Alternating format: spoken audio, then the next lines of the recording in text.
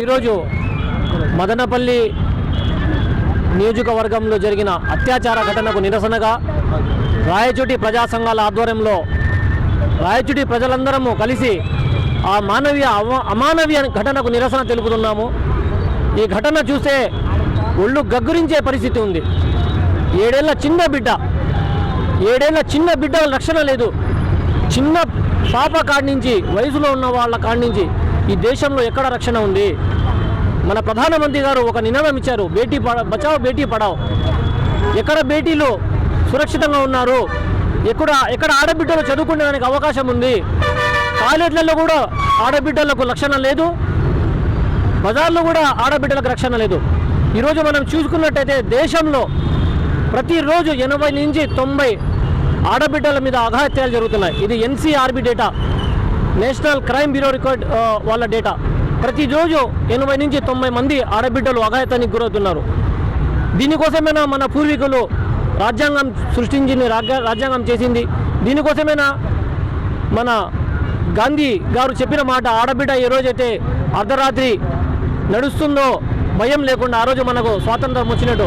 ఇంకా ఎన్ని రోజులు కలగనాలా, ఎన్ని రోజులు చూస్తూ ఉండాలా ఈ స్వాతంత్రం కోసము? మేమందరం ఒకటే డిమాండ్ చేస్తున్నాము, ఎవరైతే ఈ అమానవీయ ఘటనకు పూనుకున్నారో అతనిని చట్టపరంగా శిక్షించాలి. అలాగే ఇటువంటి చర్యలు మళ్ళీ రిపీట్ కాకుండా ప్రభుత్వాలు చట్టాలు చేస్తూనే ఉన్నారు. ఇందాక మన సార్ చెప్పినట్టు చట్టాలతో పాటు అవగాహన కార్యక్రమాలు చేస్తూ ప్రజల్లో అవగాహన కల్పించిన రోజే నిజమైన మనకందరికీ ఇవన్నీ అమల్లో వస్తాయి.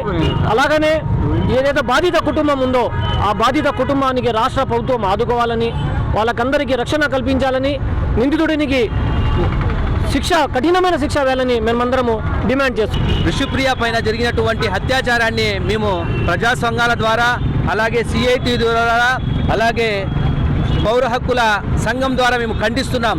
వెంటనే నిందితుడికి ఉరిశిక్ష లేదా నడి రోడ్డు పైన ఎన్కౌంటర్ చేయాలని రాష్ట్రంలో ఉన్నటువంటి మన నారా చంద్రబాబు నాయుడు గారికి, నారా లోకేష్ గారికి, అలాగే మన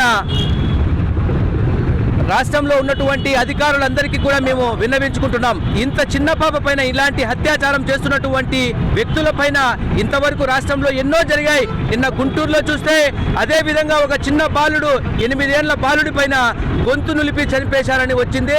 అదే విధంగా నిన్న చూస్తే మదనపల్లి, మొన్న చూస్తే ఎక్కడో హైదరాబాద్లో ఒక కుటుంబాన్నే రైలు కింద పడడం జరిగింది.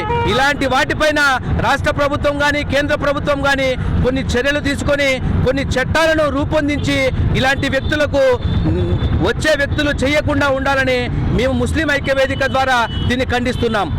నిన్నటి దినం జిల్లా కేంద్రమైన మదనపల్లిలో, నీరుగుట్టపల్లి, కొట్లాడపల్లిలో నివాసం ఉంటున్నటువంటి 7 ఏళ్ల బాలిక ఋషిప్రియను అత్యంత పాశవికంగా చంపి ఒక డ్రమ్ములో కుక్కినటువంటి నిందితుడిని పట్టుకుని వెంటనే ఉరిశిక్ష వేసే విధంగా ఈ రాష్ట్ర ప్రభుత్వం చర్యలు తీసుకోవాలని చెప్పేసి ఈరోజు రాయచోటి పట్టణంలో మేము క్యాండిల్ ర్యాలీ చేస్తూ ఉన్నాం, క్యాండిల్ ప్రదర్శన చేస్తూ ఉన్నాం. ఈరోజు రాష్ట్రంలో రోజుకు పసిపిల్లల నుంచి పండు ముసలి వరకు మహిళలకు, వృద్ధులకు, పిల్లలకు రక్షణ లేకుండా పోతూ ఉంది. ఈ రాష్ట్ర ప్రభుత్వం తూతుముద్రంగా చర్యలు చేపడతా ఉంది. ఈ మానవ చట్టంలో లొసుగులను ఉపయోగించుకొని, పలుకుబడిని ఉపయోగించుకొని నిందితులు ఎటువంటి దాష్టీకైనా పాల్పడుతున్న నేపథ్యంలో మహిళలకు ఉన్నటువంటి చట్టాలను పటిష్టంగా అమలు చేసి రక్షణ కల్పించాల్సిన బాధ్యత ప్రభుత్వానికి ఉంది. ఇప్పటికైనా సరే నిందితుడిని వెంటనే ఉరిశిక్ష వేసేంత వరకు మేము ఈ పోరాటాన్ని కొనసాగిస్తామని కూడా తెలియజేస్తా ఉన్నాం.